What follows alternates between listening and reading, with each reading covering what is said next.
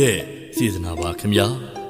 မြန်မာပြည်သူပြည်သားများနဲ့တရားဝါဒဗုဒ္ဓဘာသာဝင်တို့အထွတ်အမြတ်ထားရာကြိုက်ထီယိုစံတော်ရှင်သီရိတော်မြတ်ကြီးရဲ့တမန်ကျမ်းကိုတင်ဆက်လိုက်ရပါတယ်ခင်ဗျာမွန်ပြည်နယ်ကြိုက်ထုံမြို့နယ်ရဲ့မြောက်ဖက်မှာတည်ရှိတဲ့ပေါင်းလောင်းတောင်တန်းကြီးပေါ်မှာပင်လယ်ရေမျက်နှာပြင်အထက်ပေ3615ပေအမြင့်မှာတည်ရှိတဲ့စံတော်ရှင်ကြိုက်ထီယိုဇေယီတော်မြတ်ကြီးရဲ့တမိုင်းကြောင်းမှာလည်းစိတ်ဝင်စားဖွယ်ကောင်းလာပါတယ်ခင်ဗျာ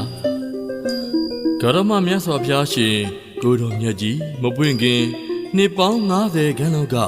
မြစ္ဆာဂိရိတောင်ခေါ်ဇင်းကြိုက်တောင်အနီးမှာကန္နရတိုင်းသူပိနနဂရအမည်ရှိတဲ့မင်းနေပြည်တော်ကြီးတစ်မြို့ရှိခဲ့ပူပါတယ်အဲ့ဒီမြို့ကိုအုတ်ချုပ်စိုးစံလျက်ရှိတဲ့